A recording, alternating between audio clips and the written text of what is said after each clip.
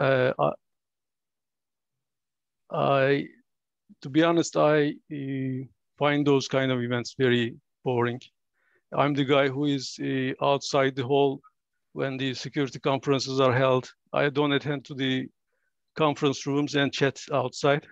So I really appreciate your effort to be here. I hope it's worth it. I'd like to voice some unorthodox ideas of mine to give you a brief introduction about me. I've been in this line of business for about 2 decades now. And I had been to the governance projects, penetration testing, technical implementation projects, basically almost all areas of information security I had been experienced with. Today, I'd like to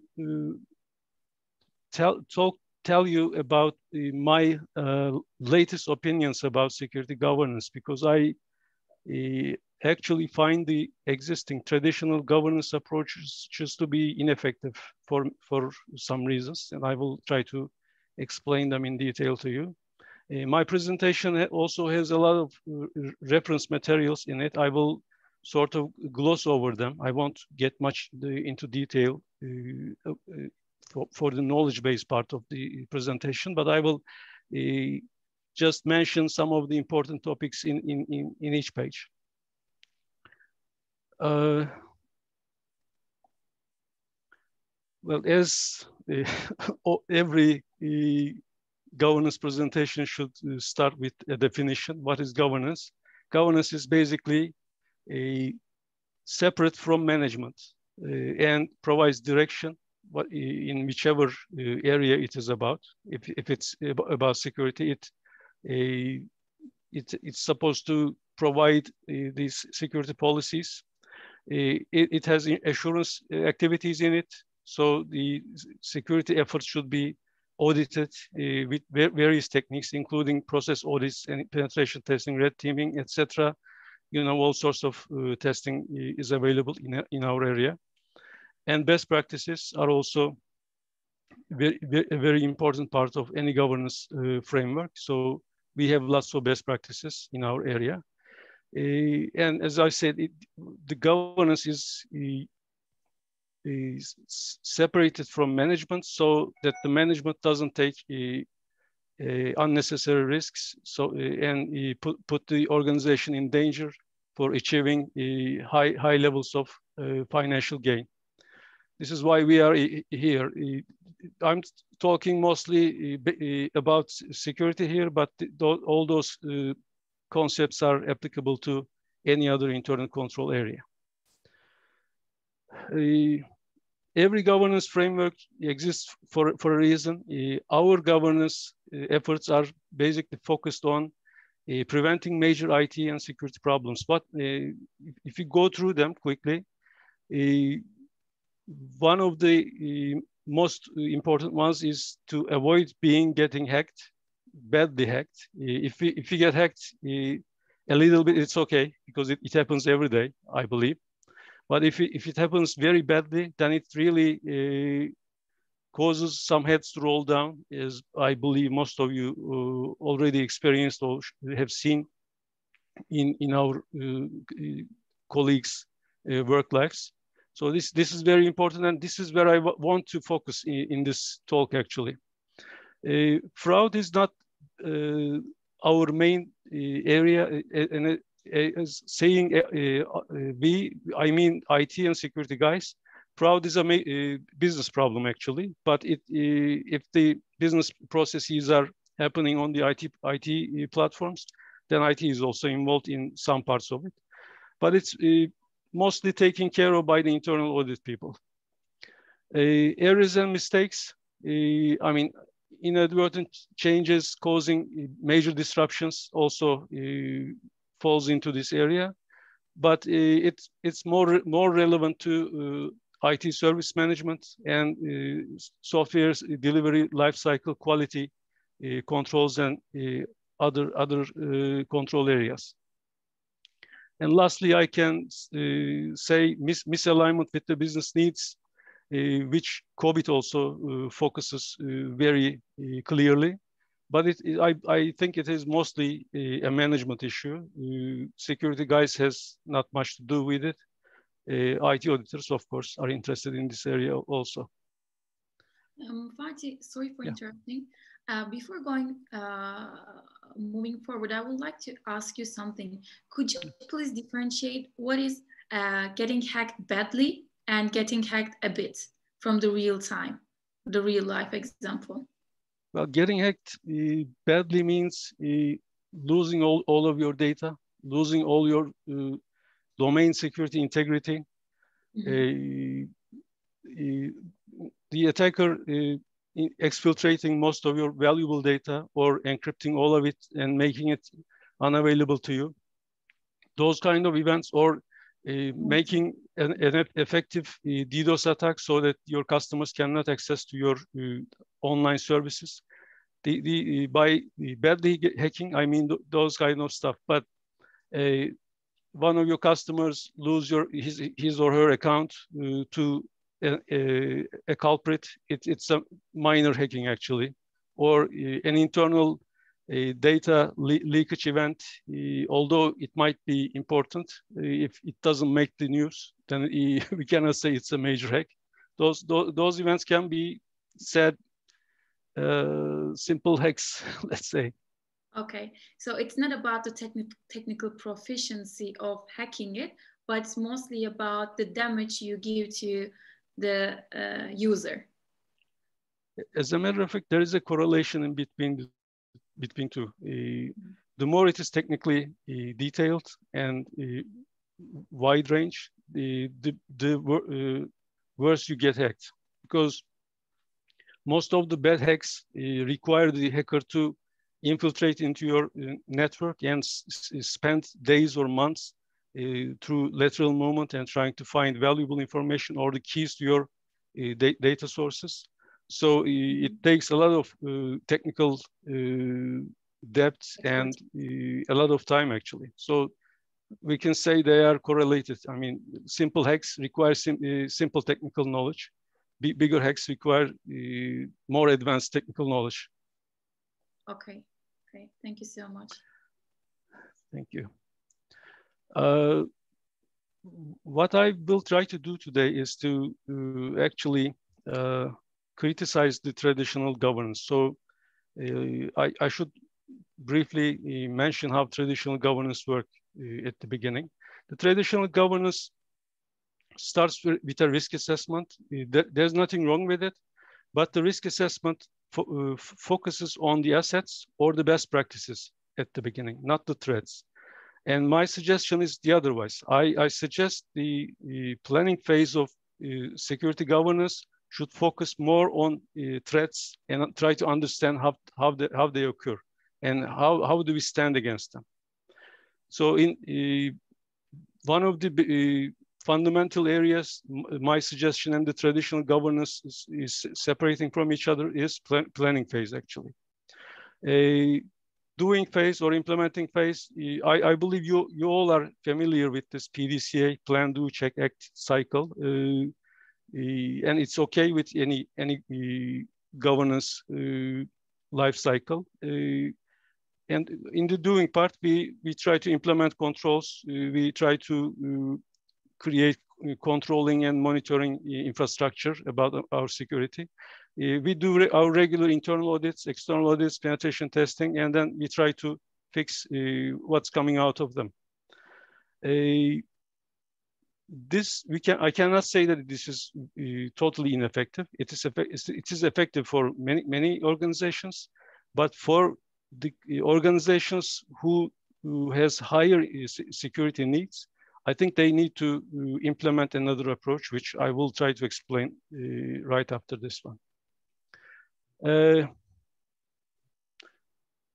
As I said, I had been in this for more than 2 decades, and I had been to many meeting rooms where the presentations about risk assessments and internal audit results took place. And I witnessed that the top managers don't really get it. They don't understand what the vulnerabilities or findings are. They cannot comprehend the outcomes of them. They just listen to them, and at the end they will ask, is there a major problem? And no auditor can say that, yes, there is a very major problem, you will get hacked soon. So I believe they leave the room not understanding the real issues. Even if you are the one of the professionals in the area and attend to another organization's risk assessment presentation, you don't get it because the words are familiar, but the context is not available in this kind of risk assessment. I mean, those assessments are, as I said, mostly include asset and vulnerability related to this asset. But we don't understand how this vulnerability related to this asset can be misused. You can say that there is also a threat factor in those kind of scenarios, but I don't believe they are effective. So you can attend to any organization's risk assessment presentation. You understand the words, but you don't understand the context. They don't give you the insight how this company is really vulnerable to advanced attacks.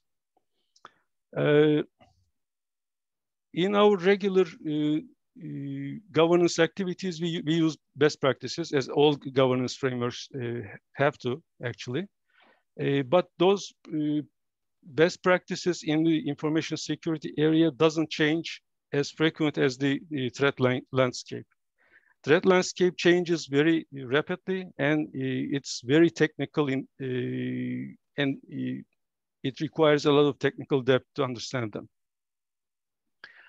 And lastly, the traditional security governance puts assets very forward. It makes sense at the beginning, but as I said, we don't get any perspective because we might focus on protecting our assets such as databases, servers, etc., networks, but we have to take precautions against exfiltration, infiltration, lateral movement, social engineering and stuff like this, which has nothing to do with those precious assets of ours.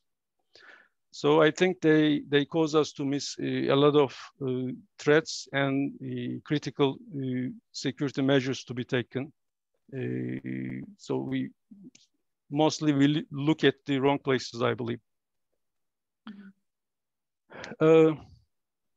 So what I am suggesting here, I'm suggesting a bottom-up approach, and we as a team, actually in my organization, we try to provide our security services combining both technical assessments and IT process assessments, audits, and providing the results by combining them. Because when we say the managers of the organization that we are auditing, that they are lacking change management practices, they are inefficient in security development lifecycle, they don't have enough coverage for their logging and monitoring, it doesn't mean anything to them.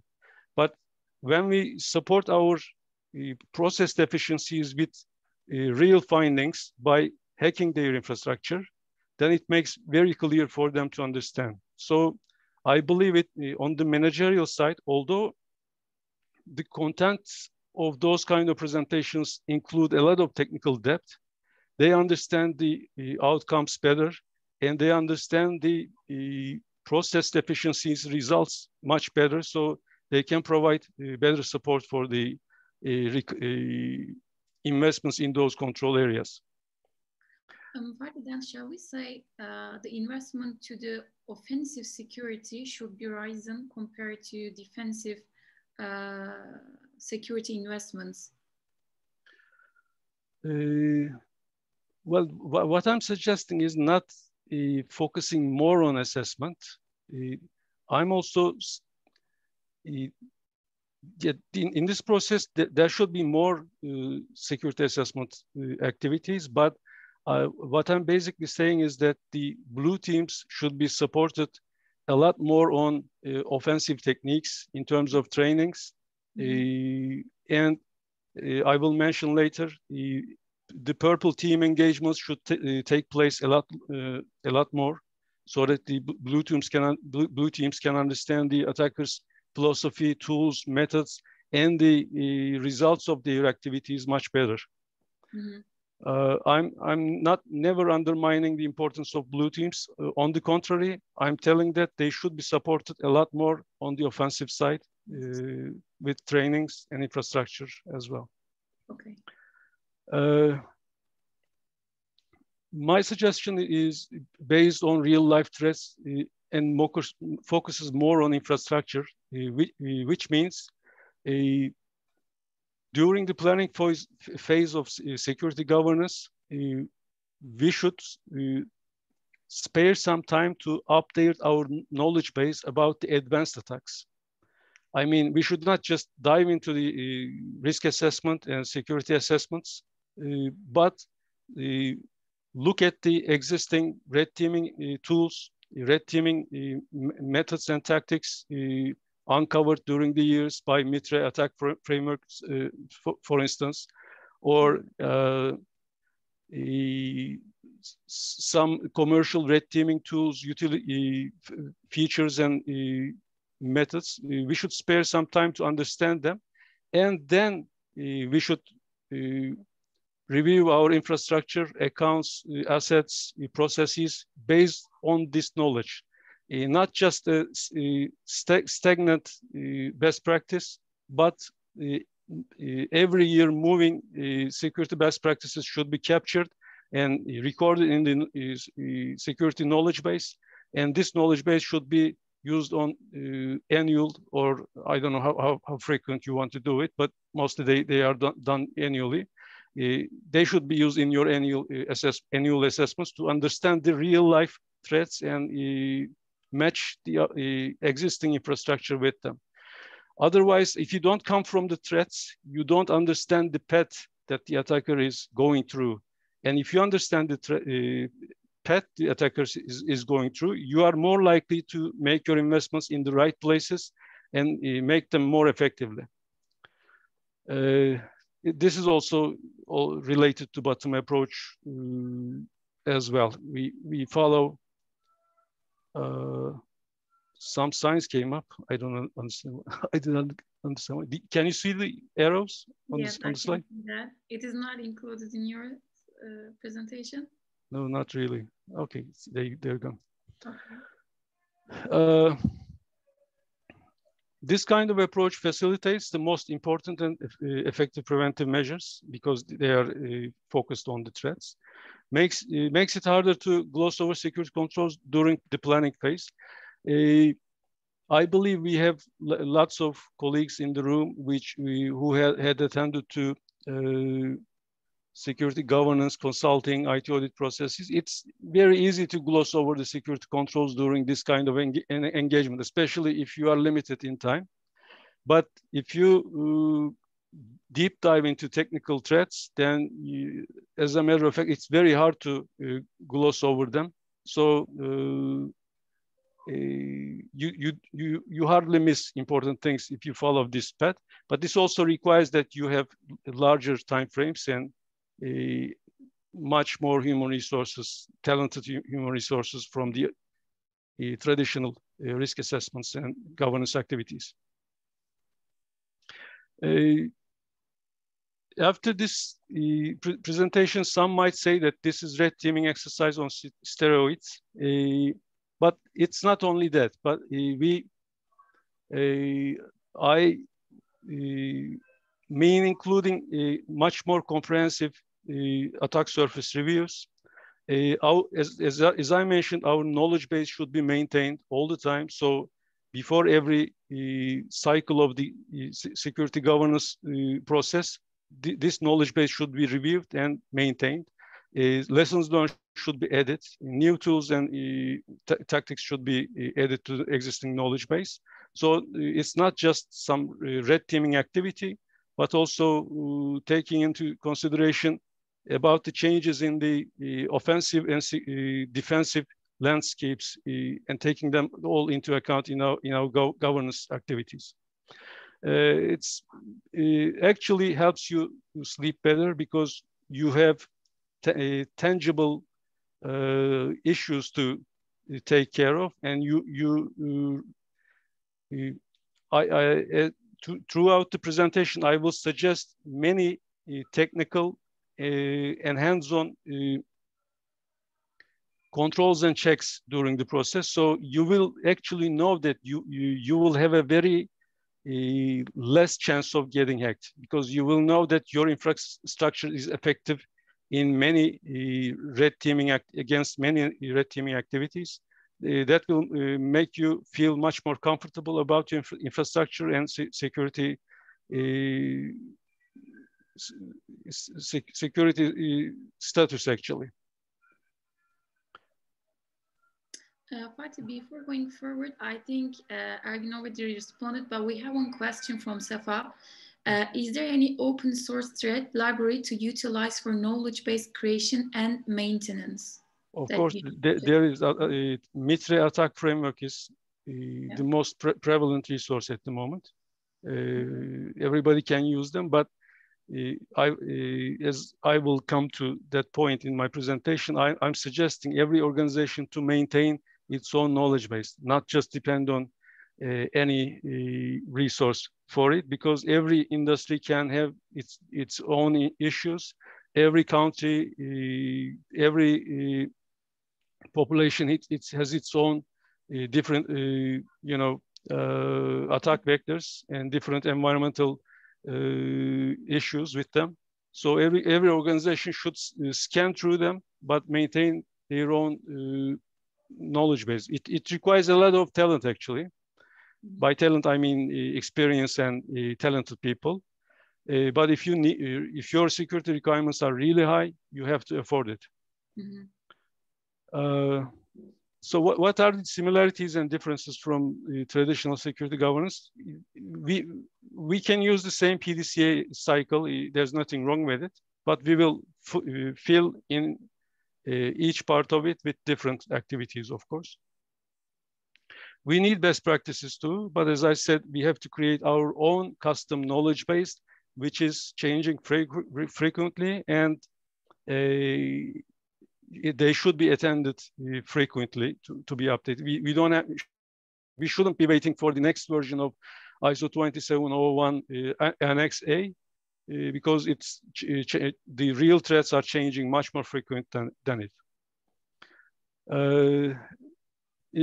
The assurance activities in my proposal includes lots of reperformance and simulation techniques. It's not just interviews and document reviews, but hands-on trying to test the effectiveness of your EDR implementations, your web security implementation, your egress filtering, your DNS filter, which are much more relevant to today's threats, but probably lacking in many of the best practices. They don't mention about them at all, but the advanced person threat groups are using those techniques a lot. So we should be testing our infrastructure against those kind of activities before the real attackers do, basically.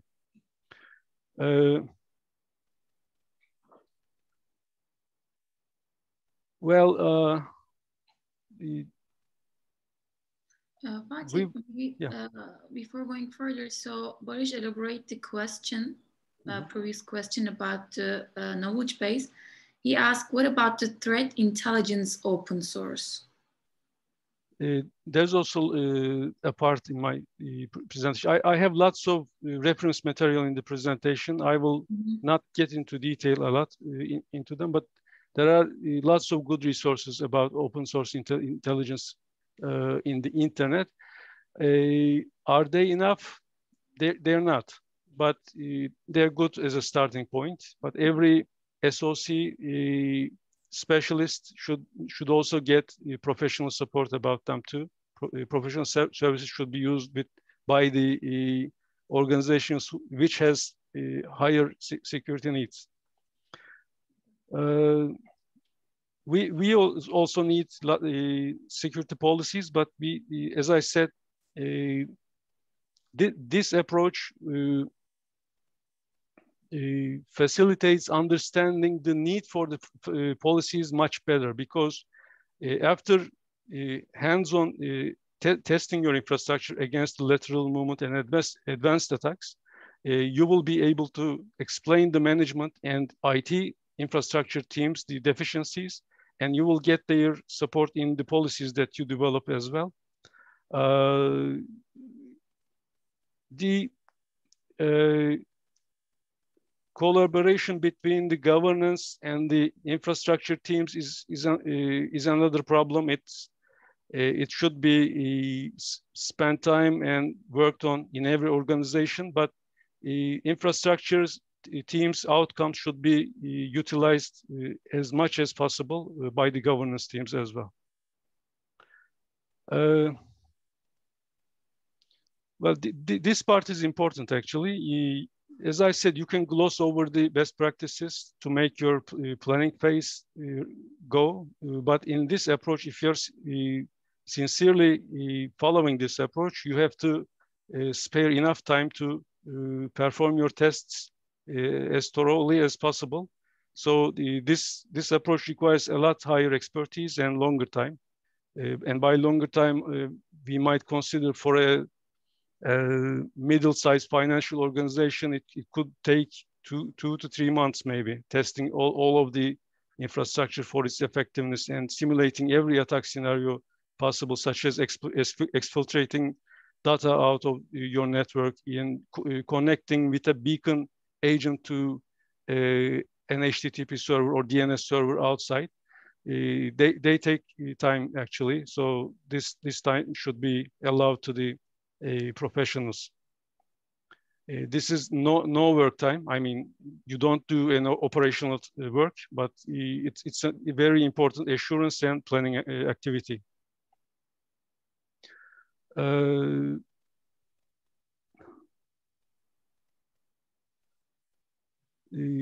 The budgeting is important also because even if you know the techniques very well, you will need some tools to implement them, especially in the red teaming activities. So the organization should provide budgeting for procurement of those kind of tooling. There's also something that I didn't mention here, but I know that it's a problem in many organizations.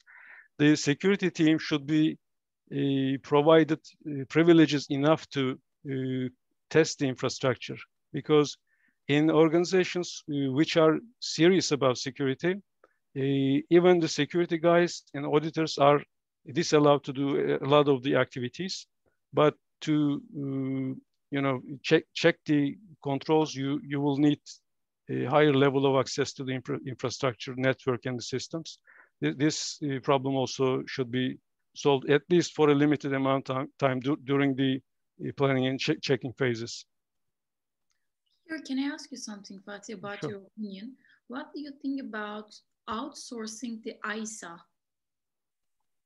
What do you mean by ISA? Like for the architecture, security architectures, when because some companies have in-house security architects, but then for the test they would like to have a cross-check, and that's why they are outsourcing for the, let's say, for the secure profile, secure checks. But it means that you're outsourcing your security controls. Mm-hmm. So I think there is a dilemma here. What do you think about it? Well, that's more of a business management decision issue, actually, because if your headcount is not high, you may prefer procuring this kind of service from the outside, which could be right for you. But from my professional experience, and I had done a lot of vendor security reviews, the vendors tend to attend to their customers who ask much.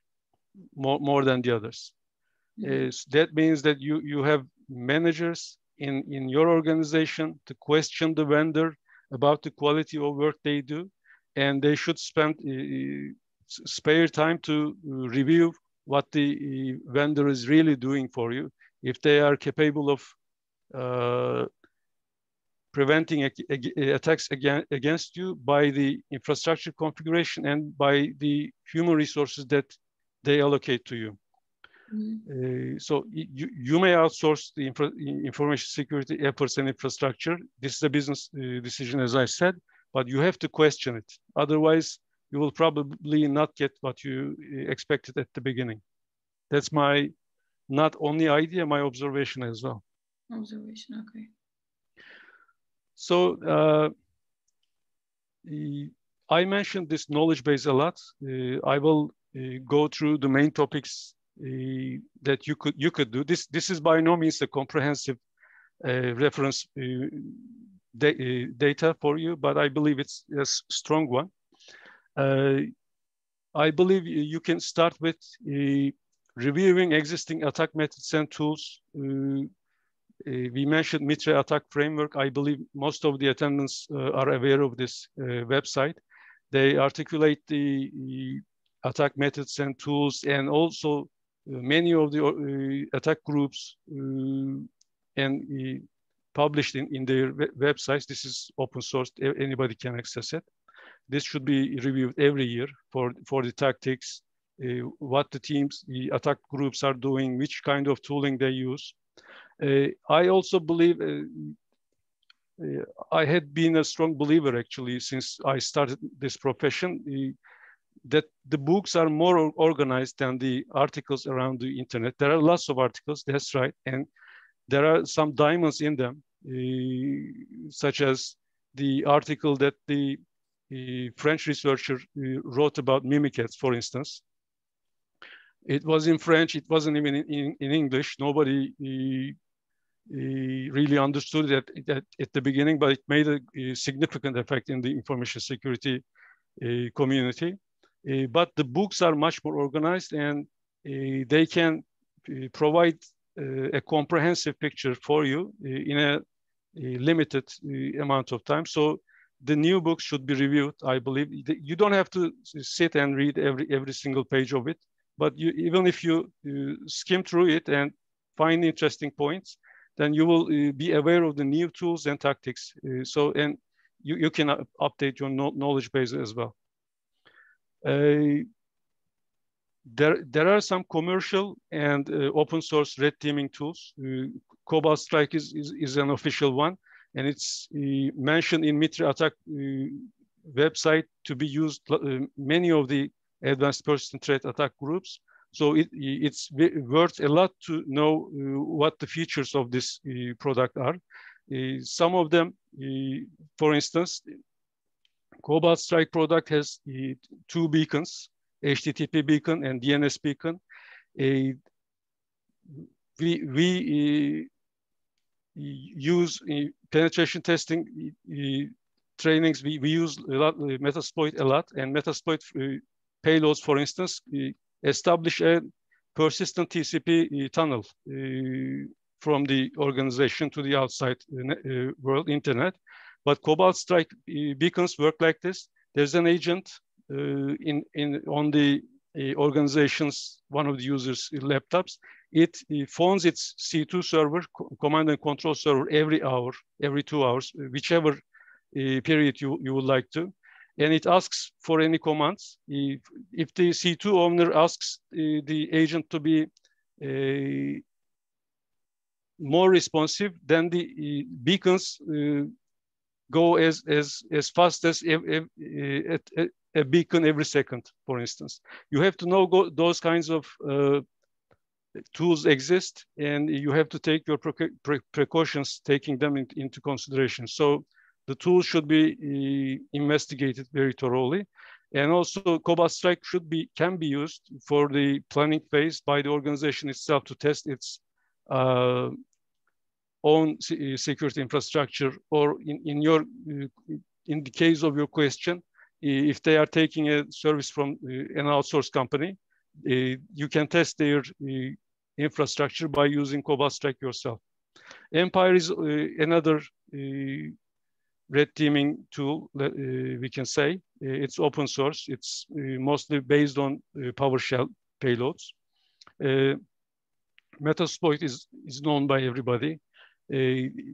a real attacker would never use Metasploit. We should be aware, but we can use it to test our infrastructure.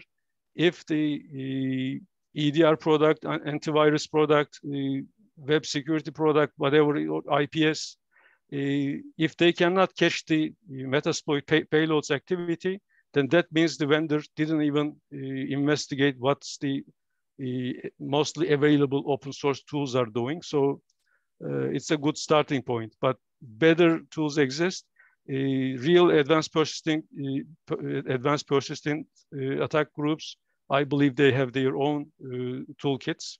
So we should also know this. Our infrastructure can be passed no matter what we do.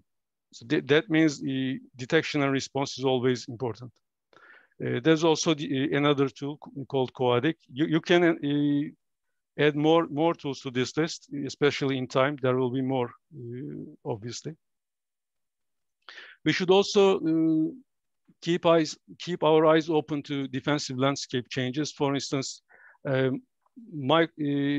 it's obvious that most of the organizations rely on Microsoft Windows infrastructure for their end users and also many critical servers. And Microsoft is also is the target of attackers usually. So we should also always keep up with the Microsoft Windows security features, what's coming new, which one we can implement. We should also keep our eyes on it. Linux is similar. On the Linux side, the attacks are not much more prevalent as the Microsoft Windows, but we should also keep up with them. Linux guys are also developing some new features such as AppArmor and other kinds of modules in them. Every year, as you know, new security products are popping up, new services are coming up. We should attend to the conferences. We should welcome the sales people from those organizations to listen to them and understand what new defensive techniques are available. Defenses come for a reason, actually. There should be an attack before the defenses are developed. So we can also keep up our knowledge about the attacks doing this.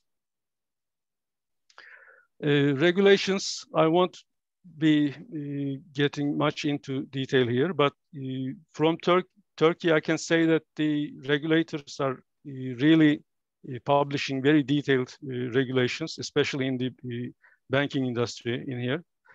So they are worth have a look. The banking guys should memorize every single line of it, of course, but for the others, it's a very good resource, I can tell. From this point on, I should go a little bit faster because most of the materials are referential content. In the planning phase, we should take, this is more about the governance side of the things. We should take into account the lessons learned in the previous year. What happened to the other organizations, from the news, from the community we are involved in, from the regulator. Maybe regulator is sometimes informing the organizations which are reporting to it. The metrics results should be taken into account every year. The strategic and tactical cybersecurity implementation plan statuses should be reviewed every year. They should be done more frequently, but at least annually. The management should be reviewing them. Lots of audit activities happen in, especially in the organizations, in the industries regulated heavily. Internal audits, external audits, penetration testings, vulnerability scans, automated scans, which are happening more frequently. The results, outcomes of them should be taken into account. You may say that it's obvious that we should take those into account, but if you are a consultant, as I am, you should witness that those valuable resources left unattended after the penetration test or audit is done. Nobody has a look at them. Even though they have lots of symptoms and remarks about the deficiencies which the organization should be attending to, nobody takes a look at them again. So it's important, really. From this point on, I try to provide a reference material.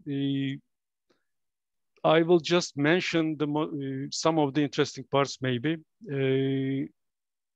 We should be reviewing our topology and every aspect of network security every year.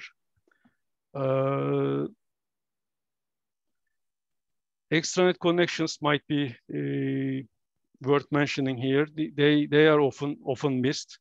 The organizations which we trust, we don't really review their accesses to our networks. Most vendor connections are, I believe, is the weakest part of many organizations, especially the small organizations which outsource a lot. They should be reviewed. Considering the current attack patterns, web access, DNS, and other traffic security should be taken into account very seriously, because most network administrators are not aware of this, the importance of this. It's actually well known today that the threat is not outside anymore. We should assume that it is in our network, but still they don't really take the egress filtering and egress security controls very seriously as needed. APT attacks, for instance, should be handled with this idea in mind, actually.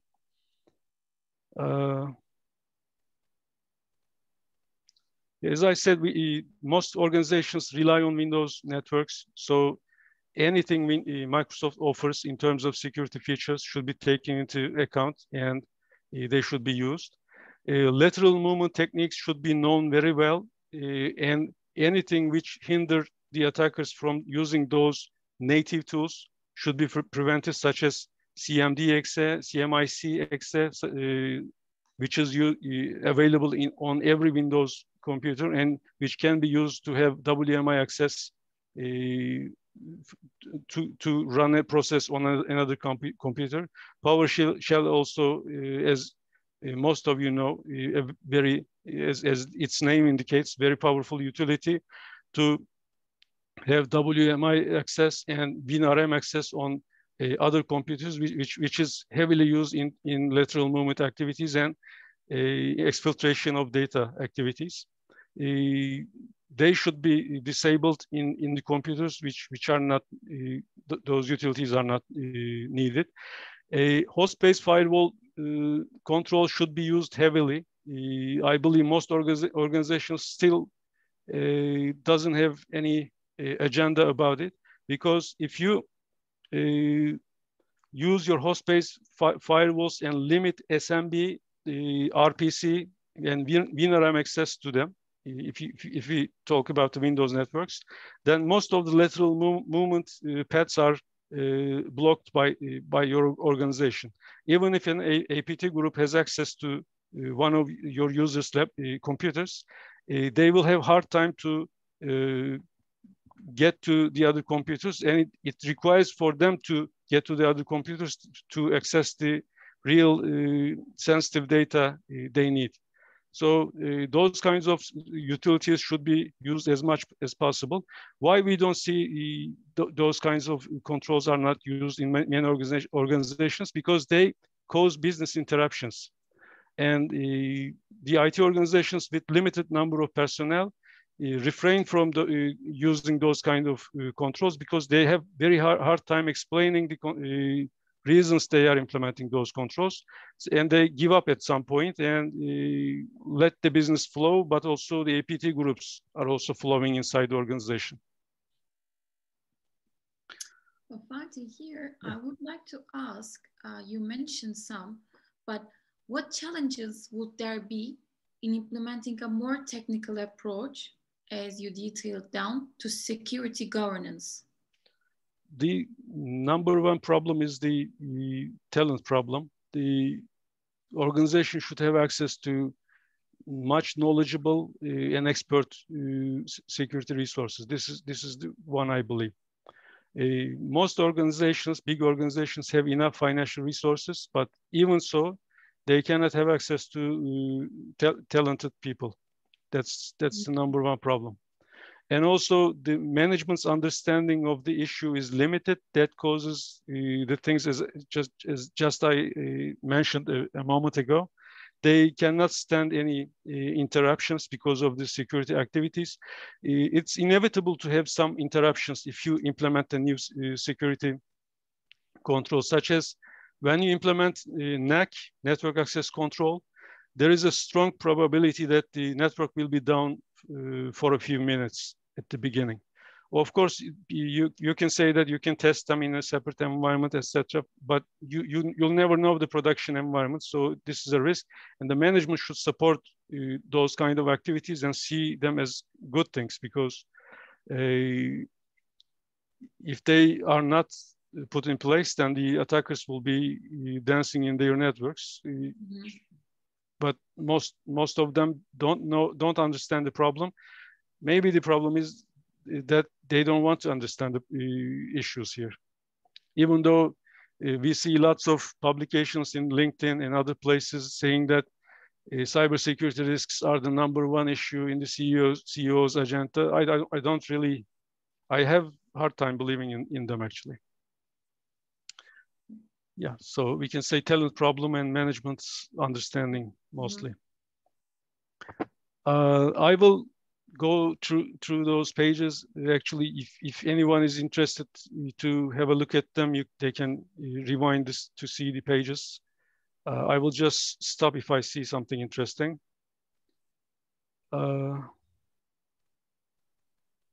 User lists, I'd like to mention about them. As Ceylan mentioned, I'm a partner in an information security company, BT Risk. Anytime an organization asks for our help and we engage with them for a middle term security consulting, we always start by reviewing the users, because users are our weakest point. In any organization which we do those kinds of user reviews, we can identify lots of unused, even if they are created, they are not ever once logged in. There are lots of mutually used intern accounts, auditor accounts, etc., which are known by many people. And as security professionals among us knew very well, a single user access into the network would help the attacker a lot in terms of enumeration and gathering lots of more user and system information. So it's very, very critical for us. Those kinds of activities should be done much more frequently. But in this area, what my observation is that these are done in many organizations, but at the application levels or at the domain levels in some organizations, but mostly database users and specific system local users and other individual system users are never reviewed. And in penetration tests, red teaming activities, and also hacking activities, those users are used to infiltrate into the systems most of the time. This is a very important activity. This should not be, this can be done by the access management teams, but the security teams should also do them for themselves, because they should know the attack surface that they will be facing with, they will be trying to fight against. So they should also be provided with the user lists on those systems. This is one of the problems I see in the field mostly. The security people are not allowed access to most of the systems, and they don't have any idea how many users there are, how many of them are needed, how many of them are not needed, how many of them are privileged. So they should follow their activities a lot closer. But I believe it is very important. This is the number one thing that we do in any serious security engagement.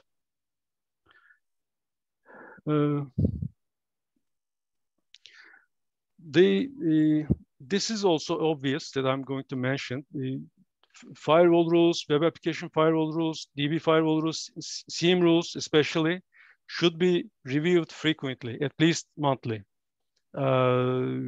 Because there are lots of inefficiencies, but also updates are required for the new infrastructure and against new attack patterns. These should be taken very carefully, and this should be one of the operations which the security organizations doing frequently. Site visits also I can mention in this slide. Technical staff might not really appreciate this area, but as I'm coming from an IT audit background, and I worked a lot with the external audit groups during my years in one of the big four companies. The first thing an auditing team does in a client environment is a site visit. They try to understand the business by physically seeing the production area, peripherals of the facility, seeing the offices and stuff like this. I believe this is also very important for security professionals as well, because as you know, physical access is very important for us, especially in a distributed organizations. We should be going and seeing example offices in remote places. I've seen lots of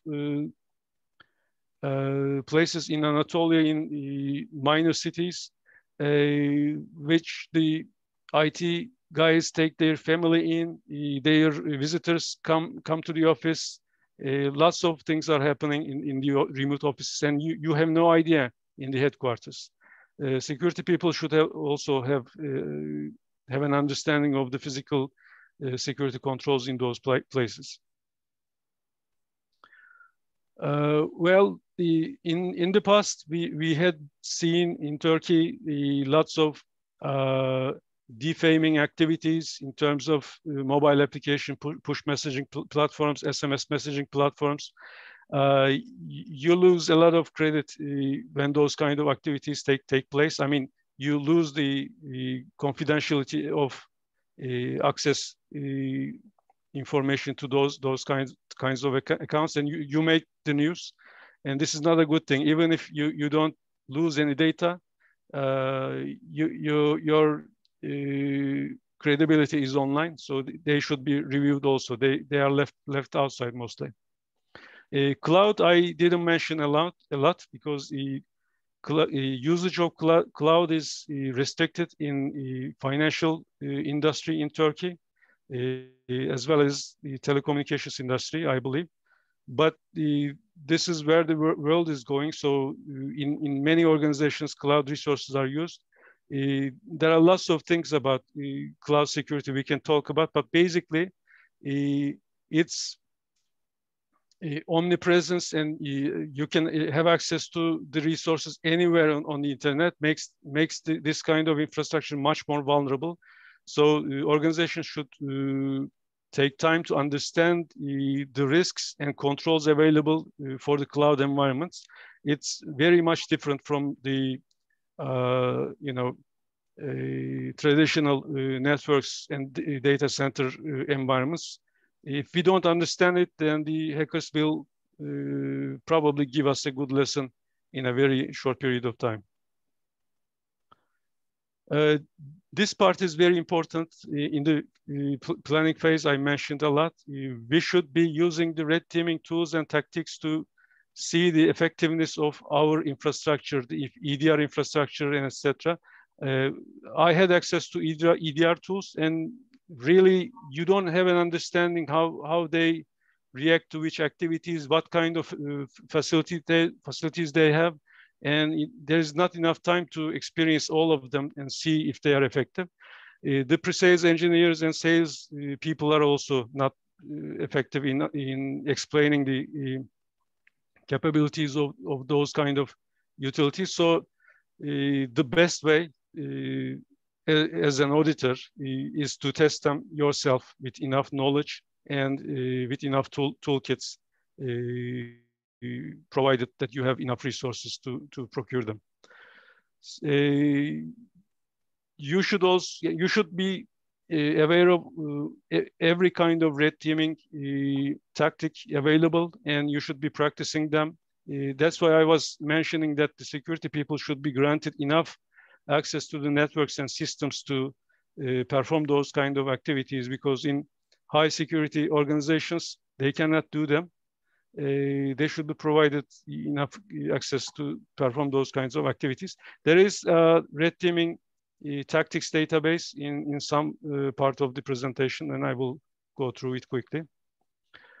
Before we are moving forward. Yes, as you mentioned, Fatih, they should be granted enough to have an access. But also, I would like to ask what qualities that are required for security practitioners to be able to apply the method you suggest? They should be coming from an offensive security background, firstly. I don't mean that the blue teams cannot understand the offensive security techniques and tactics, but the team should involve someone from the offensive security background, definitely.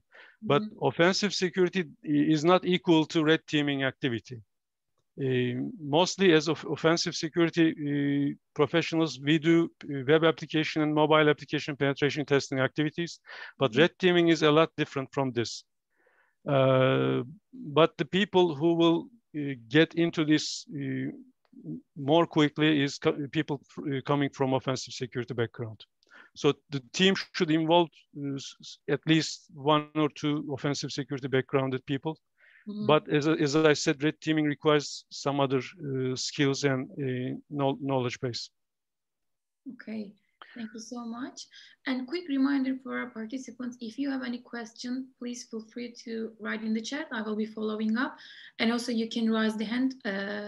Our moderators will give you right to open the mic if you have. And also another reminder before going forward, for the ones who is holding the ISACA certification, should declare their CP by following the survey that Harican just shared in the chat. So you can also consider just to take the survey to declare your CPs. Okay, sorry Fatih for interruption. It's all right. While you were talking, I noticed that I spend most of my time. So I will not get into every page of the presentation and just skip through it in order to keep up with the time. So the security governance involves lots of processes, but those processes are the ones that I want to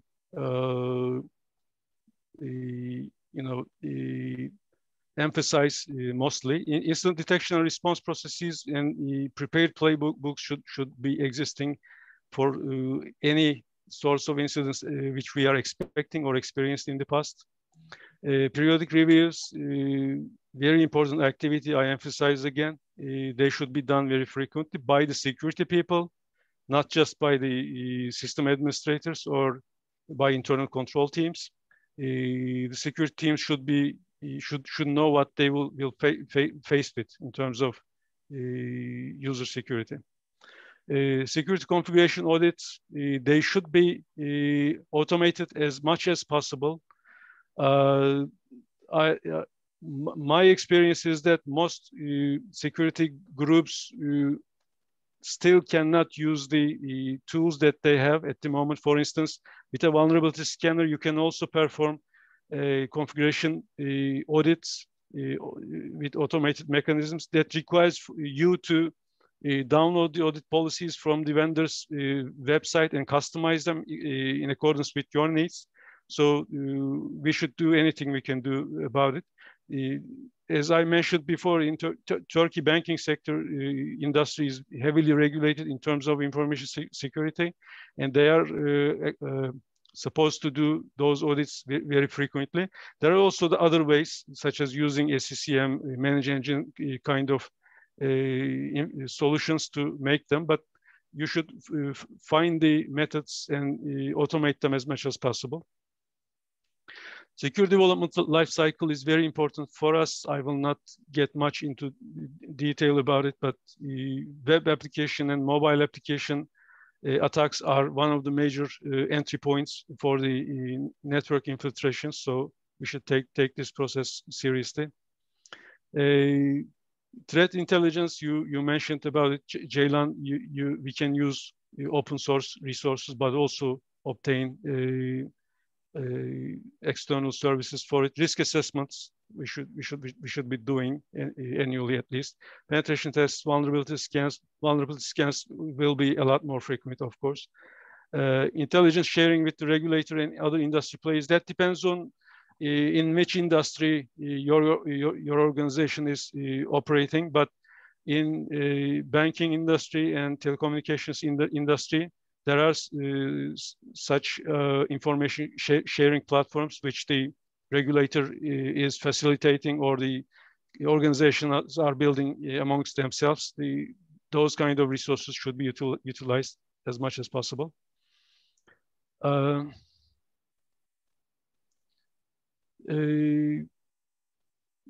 What I want to emphasize throughout this presentation is that if we come from a best practices starting point, the management would not be able to understand the importance of those controls. But if you come from bottom-up approach and prove that your infrastructure is lacking, or the security infrastructure is not effective to detect certain kinds of attacks, then you will be better able to explain the management the importance of some of the security controls.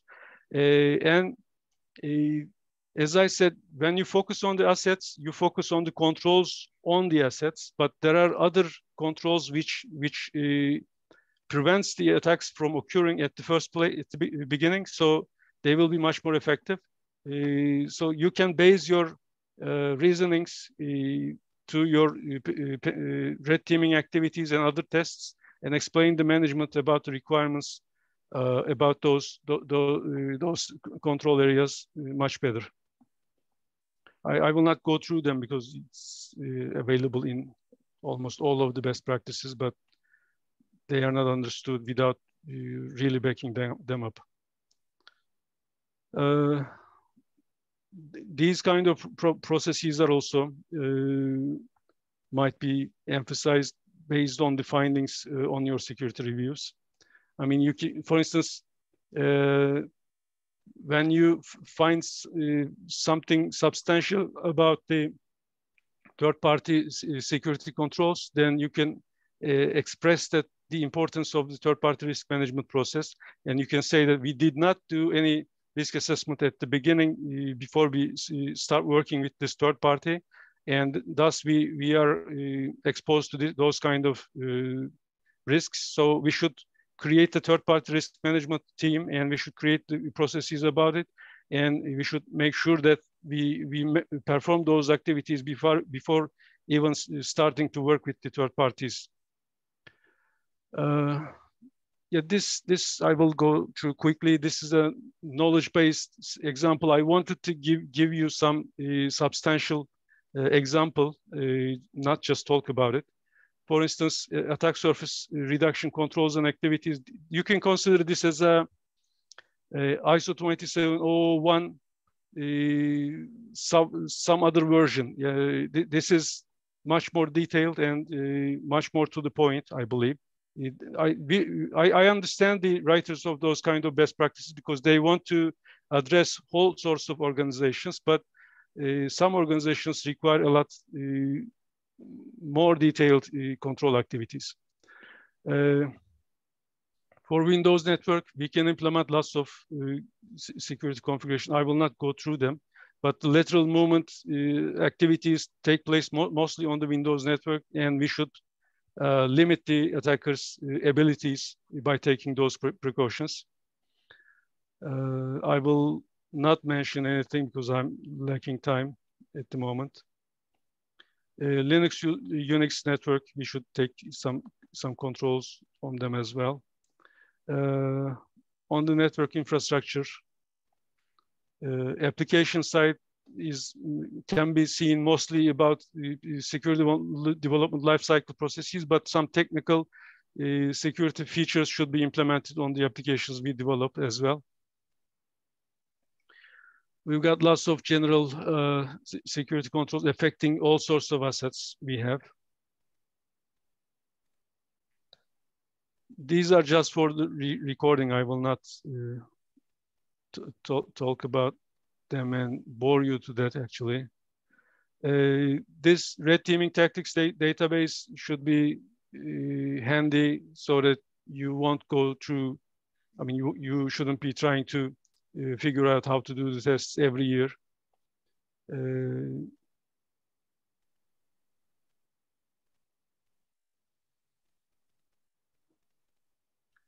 With physical access, there is a very good company, Hack5 company. You can have a look at the products they provide. You can utilize them in your red teaming activities with physical, which has a physical access part in it in the scenarios. I should maybe emphasize here that red teaming does not mean that the red team should be following up the IT guys to their homes, steal their computers from their cars and get data from them. Red teaming shouldn't be that much of a struggle. The organization should assume this: the advanced persistent attack teams has a foothold at the beginning in some of the regular user computers. So the red team should be allowed to has this access and start from there, because otherwise it becomes a police movie, something similar to movie. So it's not effective, I believe. It should be starting from a regular user computer with a regular user access, and then the organization should see if it is able to stop those kind of activities. Mm-hmm. The major intrusion points, they should be taken into account, and preventive measures should be focused on those kind of entry points, of course.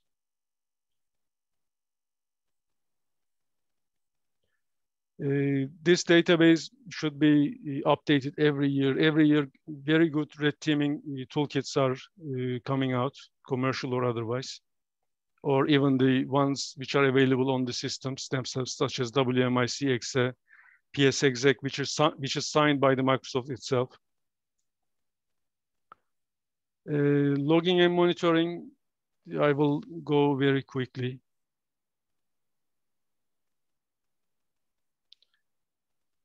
Hardening checklists are also important for us, especially for the security configuration audits. Cyber kill chain, I believe most of you should heard about this before. This is Lockheed Martin, a term which is used by Lockheed Martin. This is used by the military about real war incidents, actually, how the physical military attacks take place. And there is a similarity with this cybersecurity attack. So it all begins with reconnaissance. On the reconnaissance phase, we have tools which can implement controls on. Delivery phase, the malware or the payload should be delivered somehow to the systems on our organization. And there are lots of resources that we can stop this from happening, or at least detect it after the event.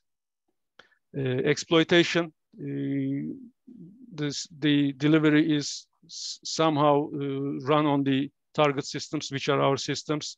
It can be an exploit code or something, a basic executable, or a Microsoft Word application with macro in it. Establish foothold. The attacker always want to have access to the systems from the outside, so something similar to the Cobalt Strike beacons. It should use some sort of communication channel. And it should also provide persistence, because the malware wants to be available after system restarts or any user logouts.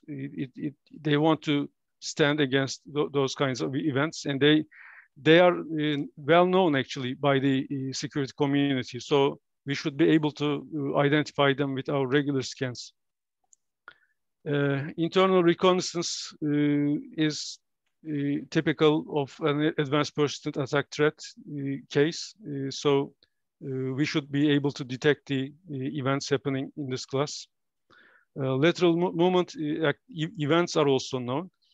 Those events are mostly known. If you go through the MITRE attack framework, you will see that they are deciphered, but it takes human resources to understand them and act accordingly.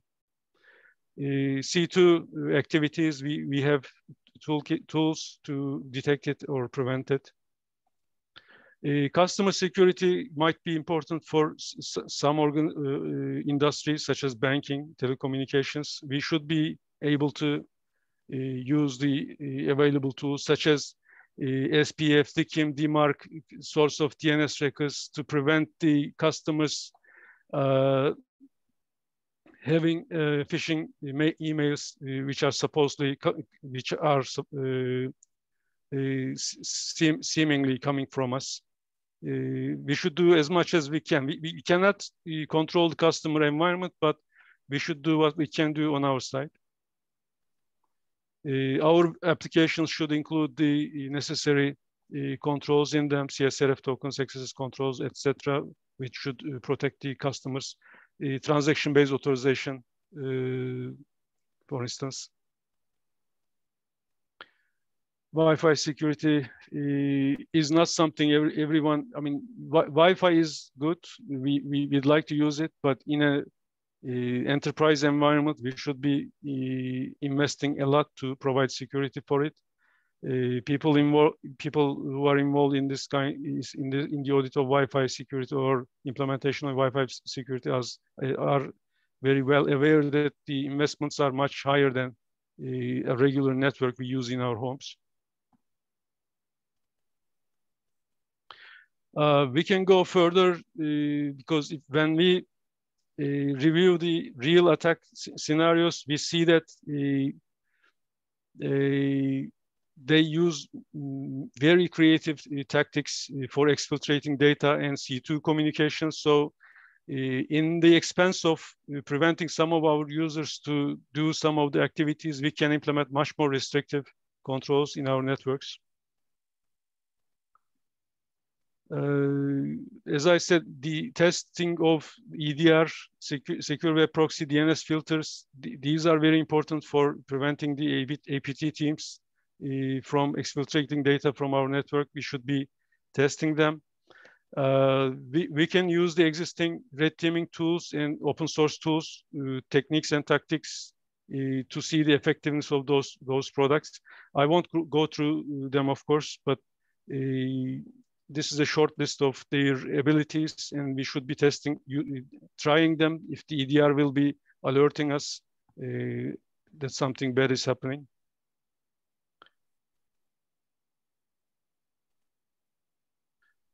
We should basically implement as many as lateral movement tactics we are aware of. Very interesting tactics are used by APT teams, such as using GitHub, GitLab, and other OneDrive source of cloud resources for C2 in betweens, because any web resource which can be accessed with an access token can be used by the attackers, and their agents can be using this data to access those kind of repositories to read something, and that something could be an order for them to establish something on your organization's network. So it's not always typical Metasploit, Metapredator payload, which is establishing a persistent TCP connection, but the attackers are using very creative methods to access your networks and exfiltrate data. So we should be able to test our infrastructure against those kind of advanced tactics. They are really important. I cannot emphasize enough, actually. Some other testing procedures. Security metrics are, they actually sign of maturity of your security governance infrastructure. If you are collecting metrics and reporting them regularly, then that means you are really coming to somewhere, because that means that you have established a baseline, and now you are monitoring its effectiveness by following some metrics. Those are the example metrics that you can follow. Especially patching ratios, penetration testing, finding, fixing ratios, users which are not used for a while, they should be frequently and using automation facilities. They should be monitored periodically, so that those kinds of leading and lagging indicators are very well known by the business community in terms of financial achievements. We should also use this philosophy on our site as well. Some critical areas, this is one of the areas which are not really taken care of. The security people should be attendant in this physical security effectiveness of those areas, even if it is not officially assigned to them. I mean, they're mostly not responsible for the security of the archives, for instance, but they should take some time and visit the archives. Even if the archive is used for storing written materials, they should know, they should be aware that some data might be leaking out from there. Such a scenario might happen, for instance, some people stealing some hard copy documents from an archive and converting them into digital and connecting the CEO of this organization and saying that they have millions of personal information available, but they actually don't have. They have a sample of it, but they can extort some money out of the organization. So security team should be aware of those kind of scenarios as well. You should always know what to do after getting hacked, so you should be prepared for it as well. For Windows domains, it's very hard and painful to do, but you should have an understanding beforehand, because it can happen to anyone. Open source threat intelligence resources, you asked Ceylan, some of our attendees asked, I think. Here's a link, but there are lots of other resources. This is a link which has lots of links in it, so you can have a look at it. Finally, I'd like to say this. We are not suggesting here a groundbreaking idea. Anyone can say this, but I would like to emphasize that a greater technical depth is necessary in today's environments. So today we cannot just live by an ISO 27001 process. We should go a lot deeper than this. Otherwise, getting hacked badly is inevitable. With deeper knowledge and skill in security, we can assess, build, and operate our defenses better. So skills are much more important than the infrastructure in today's environment. Organizations should know about it. But the pandemic, unfortunately, made it much harder to have access to skill or develop it. So we are really struggling in this area very much. That's all on my side, guys. Thank you very much for your patience. I would like to apologize, actually, as English is not my native language, so I probably caused a lot of trouble for some of you. But the idea is sound. I believe I wanted to share this with you guys, and I thank the marketing team, Ceylan, and our president, Hayrican, for giving this opportunity to share with the community and wearing this business shirt after a lot of time. Thank you, guys. If you have any questions, I'd like to address them. Okay, I also would like to remind quickly to our participants that please do not forget to fill the survey to declare the CPEs. And also our record will be published in our YouTube channel. So please check out our YouTube channel. And if you like, you can follow. There will be lots of events records following the. And there is one hand from Bora Üzüm. I think he would like to ask something. Yes. Hello, Fatih and everyone. Fatih, thank you for your fruitful presentation. Yeah, I'm not coming from the security background. I'm coming from, IT governance, software development, then analytics and data governance side.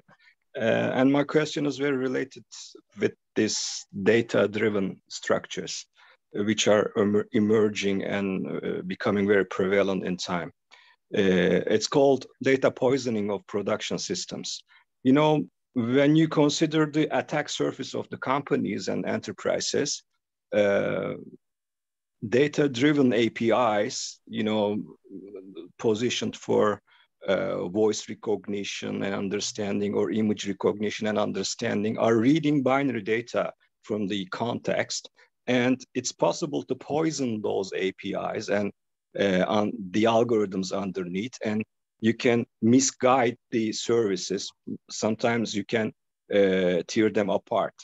In the recent approaches of this security management and governance practices, is there a section for identifying and putting forth some methods for taking care of those sort of data poisoning attacks against the enterprises?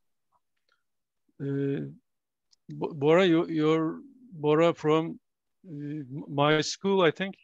Yeah. Okay. Bora, the information security community nowadays has no interest in this kind of attack at the moment. But it seems to me that this is a very specialized attack, and this is for destruction rather than obtaining any gain from the attacked organization. So the security community and the skills that the security community has today has no background about what you just explained us. So there is no product about it. There is no monitoring about it. It's a very unique attack vector, as far as I understand, and it can be coming from a very specific community to against a very specific community, and it sounds like it should be coming from your competing rivals if you have this kind of attack, or otherwise they should be asking for money. Then it will become security guys' problem as well. Is there any money asked in this kind of an incident?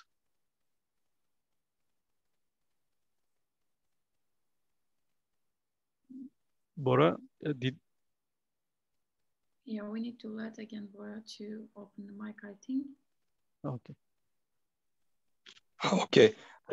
It was not possible for me to open my microphone, so I raised the hand again for answering your question, Fatih. Yes, it's a very special and emerging thing, and the main aim is destruction rather than obtaining the corresponding system. You can imagine such an attack. There is an image recognition system embedded into an autonomous car, reading the traffic signs and deciding what to do. Okay. And you can poison the data coming reflected from the traffic sign, adding some noise into it. When you look at it as a human being, you cannot differentiate, but computer's algorithm can break down.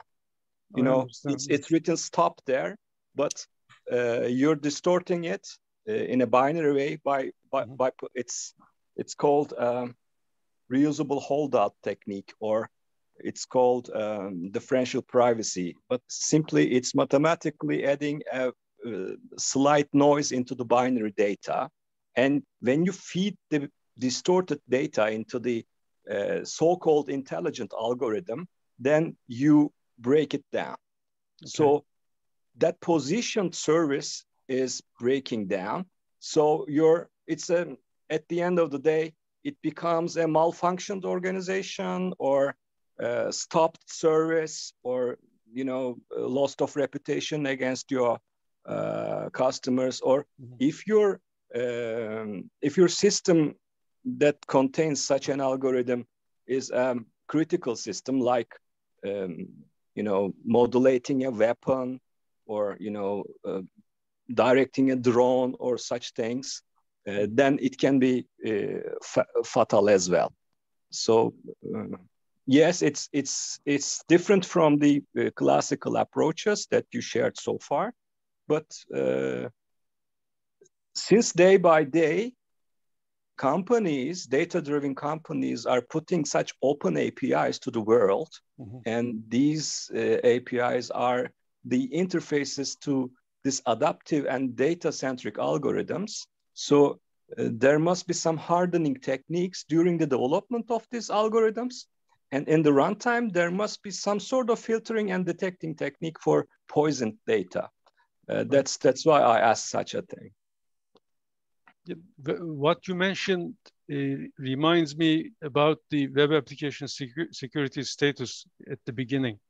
At the beginning, the web applications were exposed to the internet, but later people have experienced that some malicious people are feeding into unexpected payloads into them. Yeah. And web applications firewalls came out of this. Yes. And what they basically do is that they recognize some of the payload characters in the input, and they categorize them as bad input. And they also use some thresholds to see some, even if they don't exist, bad characters, it's obvious that they are trying to exfiltrate or enumerate something. Then they blocked some of the requests by using those thresholds. So a similar approach can be followed here, but in web application case, the web application firewall was supposed to understand HTTP protocol very well, and also the application frameworks they should know very well.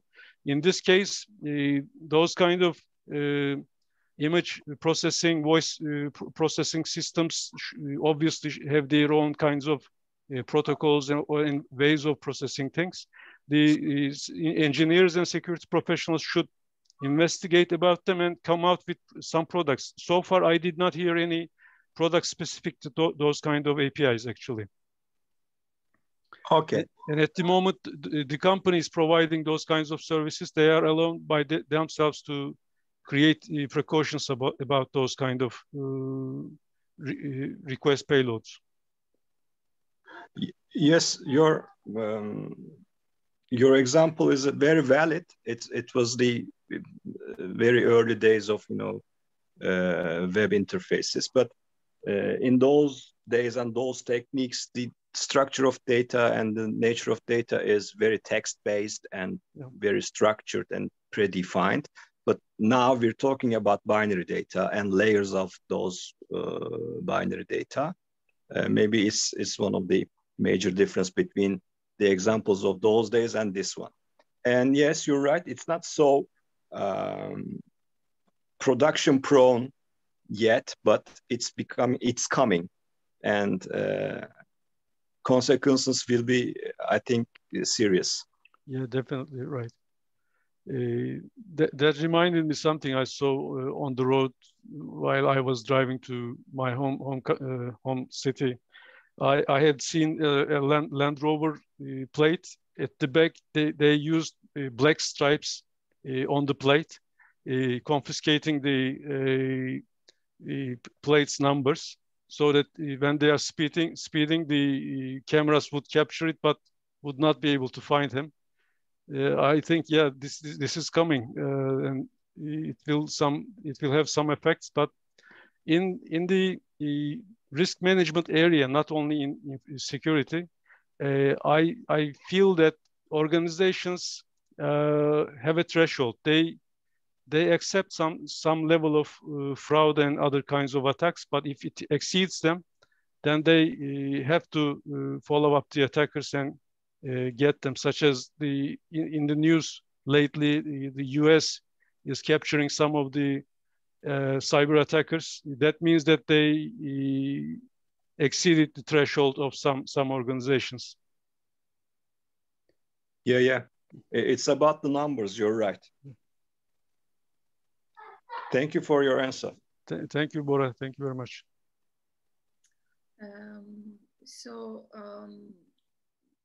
There is one extra question. Maybe we can quickly elaborate here before we're closing it. It's from Rajab.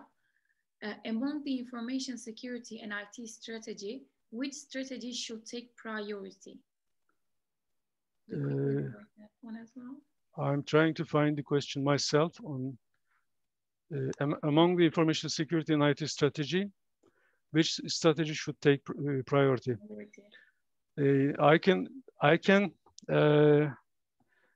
I know the answer to this question very well, actually. I will just try to articulate it. Information security depends on good IT service management. Mm-hmm. If there is no IT service management infrastructure, information security is living on a slippery space. So IT strategy and IT service management should be established before information security. That doesn't mean that you shouldn't do anything information security until it happens. But in order for information security to function well, you have to establish a very sound base of IT service management. By IT service management, I mean your service desk, your incident management, your change management, your release management, your configuration management, your configuration management database. Those processes should be defined and strictly followed. Otherwise, the security guys would be blind and explosions would happen everywhere and they would try to attend them. To give you a better and concrete example, if there is not a sound change management process in the organization, you will never know when the new system will be set up, whether it's going to be a development or test setup, and it will lack lots of hardening controls and security tools on it. So any attacker would hack those kind of system and start lateral movement starting with the information that they got from this system on. So my priority would be IT, but also in today's world, we cannot just stand for the IT to get themselves up. We should also, of course, do some information security activities, but I would focus on IT strategy more if I was a CIO before the information security. And that's coming from a security professional, I can say. Yes, agree. Okay, I think we do not have an extra question, additional question. Okay. We're also exceeded a little bit time, but thanks a lot for everyone who participated, and thanks you for all the questions.